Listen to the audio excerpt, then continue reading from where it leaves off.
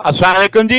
आज का टॉपिक हमारे पास है रिफ्लेक्शन एट अ बाउंड्री। तो जनाब हम इसमें दो मामला देखने वाले हैं, reflection at a denser boundary, reflection at a rare boundary. तो जनाब रिफ्लेक्शन एट अ बाउंड्री से क्या मुराद है, क्या हम इससे मतलब लेते हैं, तो ये जनाब समझते हैं।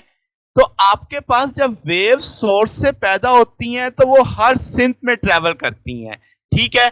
मगर जैसे आप कहें कि वेलोसिटी ऑफ वेव एक मीडियम में तो क्या रहती है, सेम।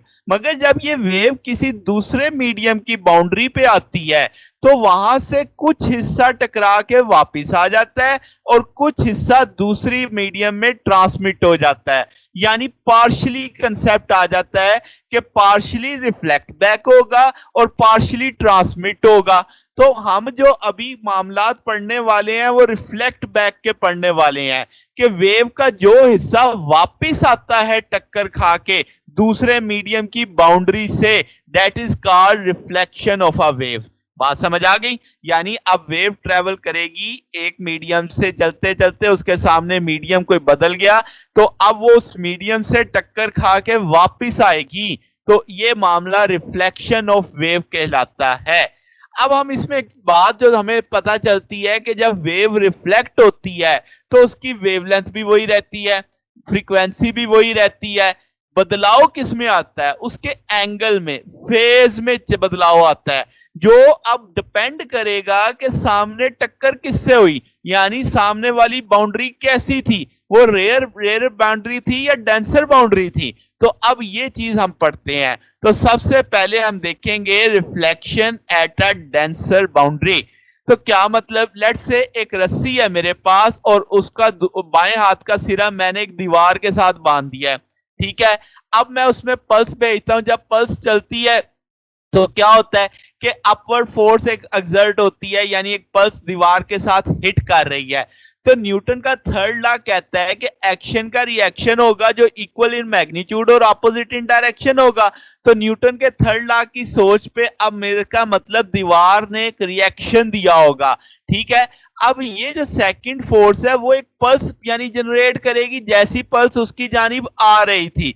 तो अब ये ट्रेवल बैक करेगी रस्सी में, मगर अब उसकी सिमत क्या होगी, मुखालिफ हो जाएगी। यानी इंसिडेंट जो आपके पास आने वाली पल्स थी उस पल्स के मुखालिफ होगी। तो इस तरीके का हम लफ्ज यहां पे यूज किया मैंने, हार्ड रिफ्लेक्शन, यानी सामने डेंसर मीडियम है। तो आप कहोगे कि जब आपकी वही पल्स वापस जा रही है जैसा एक्शन का रिएक्शन हुआ है, तो ये यहाँ पे तो जीरो डिस्प्लेसमेंट होगा। जिस जगह से रस्सी बांधी हुई है, यानी जिस जगह से रस्सी बंधी हुई है वो पॉइंट तो मूव ही नहीं कर रहा, वो पॉइंट तो बंधा हुआ है, जीरो डिस्प्लेसमेंट का है। तो ये जो रिफ्लेक्टेड और जो इंसिडेंट पल्सेस हैं इनके ऑपोजिट साइंस हो गए, क्योंकि एक्शन और रिएक्शन है equal in magnitude but opposite in direction. तो ये आप तो आप कहेंगे ये कैंसिल ईच अदर करेंगे हर पॉइंट के ऊपर। तो हम कहेंगे इस बात को कि आप कहेंगे कि जो आपके पास ट्रांसफर वेव्स है जब वो ट्रेवल करेगी रेयर मीडियम से डेंसर मीडियम में तो फेज रिवर्स हो जाएगा, यानी क्रस्ट है तो ट्रफ हो जाएगी, ट्रफ है तो क्रस्ट हो जाएगी। तो ये चीज हमें यहां से समझ आ रही है, ठीक होगी बात। अब इसी तरीके से अगर हम कहें कि रिफ्लेक्शन एट रेयर बाउंड्री, मतलब जैसे आपके पास एक रस्सी थी, आपने उसको एक लाइट रिंग के साथ बांध दिया जो कि स्लाइड कर सकता है बगैर किसी फ्रिक्शन के, एक रॉड के साथ। यानी एक रॉड है उस पर आपने एक रिंग लगाया हुआ है, वो रिंग उस रॉड पे स्लाइड कर सकता है विदाउट फ्रिक्शन, और आपने उस रिंग के साथ रस्सी बांधी हुई है। अब जब इसके ऊपर आप उस रस्सी में एक पल्स पैदा करोगे, वो पल्स जब रिंग तक पहुंचेगी तो वो रिंग किस जानिब उठ जाएगा, ऊपर की जानिब। तो जब रिंग ऊपर की जानिब उठेगा तो इसका मतलब वो जो रस्सी है वो भी उसके साथ ऊपर ही स्ट्रेच हो जाएगी, तो एक रिफ्लेक्टेड पल्स आ जाएगी उसी सिमत में, सेम साइन में। तो अब आपके पास जो होगा, इस वाली रिफ्लेक्शन को मैंने नाम दिया सॉफ्ट रिफ्लेक्शन। तो इसमें जो इंसिडेंट और रिफ्लेक्ट रिफ्लेक्टेड पल्सेस हैं वो एक ही सिंथ में थी तो वो रेनफोर्स हो जाएंगी, इसका मतलब एम्पलीट्यूड बड़ा हो जाएगा।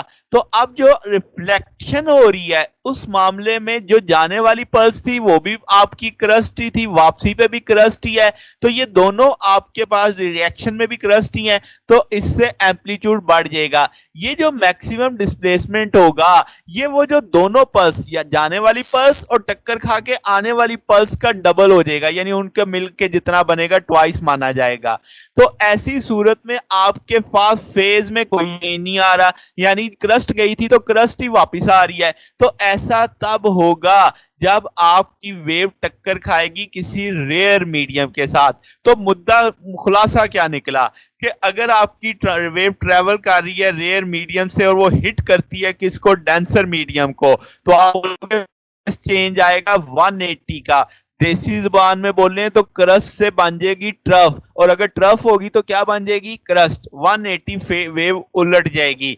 और इसका दूसरा हिस्सा, अगर आपकी वेव ट्रेवल कर रही है डेंसर से और वो हिट करती है किसी रेयर मीडियम को, तो हम कहेंगे कि जो रिफ्लेक्टेड वेव है उसमें किसी किस्म का कोई बदलाव नहीं आएगा, क्रस्ट है तो क्रस्ट ही रहेगी, एंगल का कोई बदलाव नहीं होगा। तो ये जनाब आज का हमारा टॉपिक था। ये टॉपिक हमारी बुनियाद बनेगा आगे स्टैंडिंग वेव या स्टेशनरी वेव्स को समझने के लिए। तो इसमें अगर आपको कोई डाउट हो, कोई बात पूछने वाली हो, कोई चीज क्लियर ना हो तो नीचे कमेंट्स में पूछ सकते हैं। वीडियो अच्छी लगी हो तो वीडियो को लाइक कीजिएगा, दोस्तों के साथ शेयर कीजिएगा, चैनल को भी सब्सक्राइब कर दीजिएगा। अब तक के लिए इतना ही, बकिया इंशाल्लाह फिर नेक्स्ट देखेंगे। ओके, अल्लाह हाफिज।